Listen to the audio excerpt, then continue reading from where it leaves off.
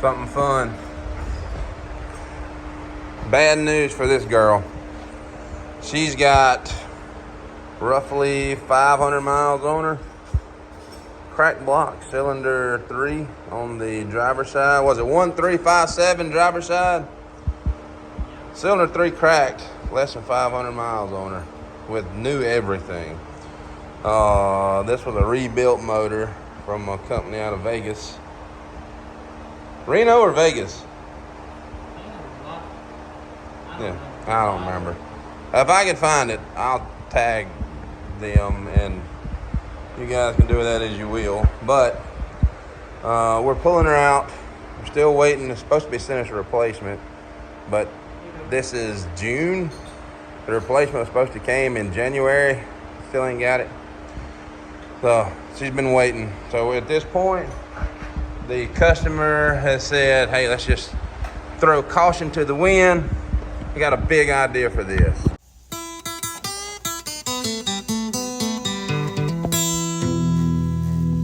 Built 12 valve P-pump Cummins in her. She's gonna be mated to a turbo 400. And we gotta find a good heavy transfer case. We're getting rid of these K5 axles too. We're getting rid of those. Put some F250 axles in her. Something to hold up to that big 12 valve. Well, wish us luck. This ought to be fun. This thing ought to be a monster. She's a brand new unit. This thing is like mint. Setting the car hose in her.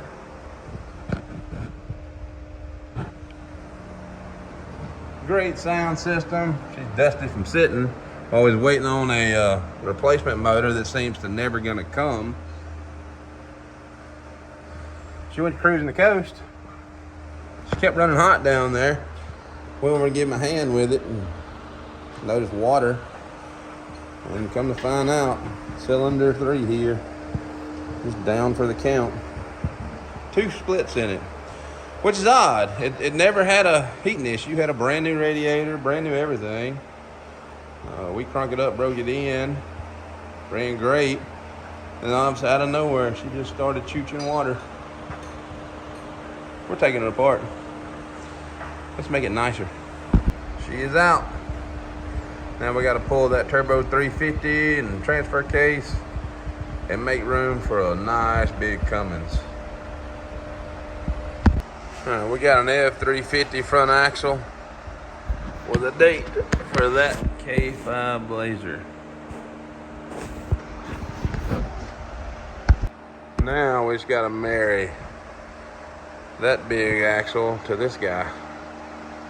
All right, from what looks like, we've got a 37-inch gap from eye bolt to eye bolt versus like a 32-inch gap from tie bolt to tie bolt. So we got to widen these saddles out.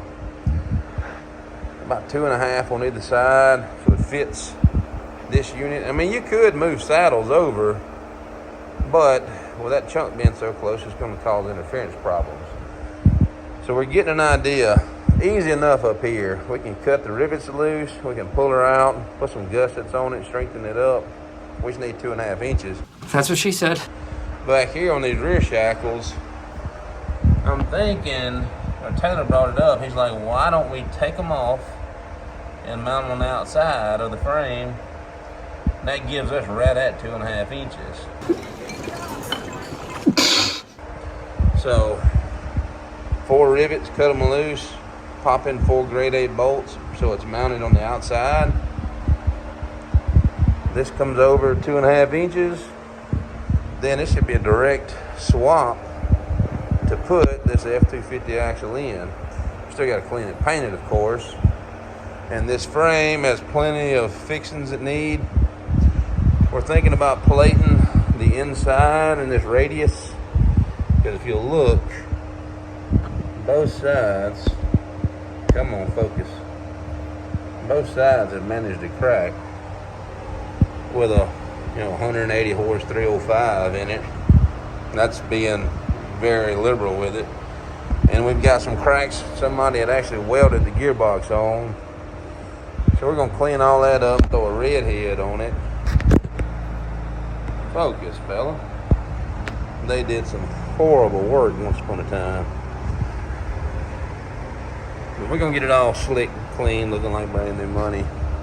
These are lift springs. I think I'm gonna reuse these springs for the F-250 setup and just see where it goes. And then we got to drop that Cummins down in it. So we have to get rid of these small block Chevy mounts. We got a Cummins adapter. She just sits down. We do have to make a notch in that guy, put a plate in it, get the old exhaust out. We got to figure out where we're going to dump that big exhaust. It's the beginning. Big Blue is going to have a new power plant. Ought to be fun. We have got the old axle coming out. Finna put the F-250 in, get some sizes and measurements. All right, with that axle out of the way, now we can start working on getting these springs to fit.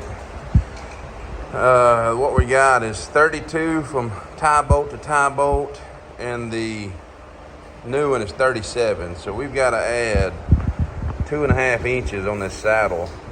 So we're gonna pop these rivets off, these perches. We're gonna get them wider and brace them up. Same thing with the back. I think we're gonna try this, see how it works. We're gonna try flipping those to the outside. That's where we're at for now. She's stripped down. I don't think our initial idea is gonna work either. We're going to have to build a tower for the shackle to go to. But the outside of the frame is perfect width for a shackle to come in. So instead of being inside, we take it outside and it puts us right at 37 for a tie bolt. And the springs fit the F-250 extremely well. And now we are disassembling this F-250 unit. Our new U-bolts came. We're getting everything loosely in. We're gonna go ahead and rebuild this unit from top to bottom while we're here. We've got all new drag links, ball joints. We've got everything to make this thing pristine. We even got us a slick cover. So now we'll strip all this apart, get it all cleaned, painted, start putting the new pieces on it. All right, we got hubs off, brakes off, all the suspension stuff, except for the Panhard bar. We're gonna keep it in there for a minute anyway. We need to use it for measurements, but we're gonna replace hubs, ball joints, everything while we're down. We've got new ball joints. We've got new hubs coming. All the front end parts are new. We're getting them put in, fixing to start doing alignment. We got a diff cover put on. This brand new front end. This part we're going to get creative with because this is a four-wheel drive, but a four-wheel drive, the pitman arm sticks out towards the driver tire. But a two-wheel drive C10 box sticks out to the rear. This is going to be too short though, this drag length for this Ford setup. I need to find out somebody makes an extended version of it to grab that gearbox on that side. We got to do a little research. All right, we got the factory unit out of Big Blue. She's finna get an F-250 upgrade. She's going 8 lug in the back too. For size comparison between the F2 and the half-ton K5, she's a lot beefier. It's a twin engine Cummins right there.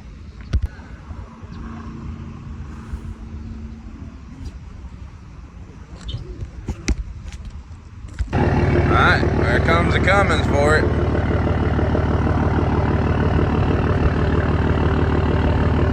Come on back!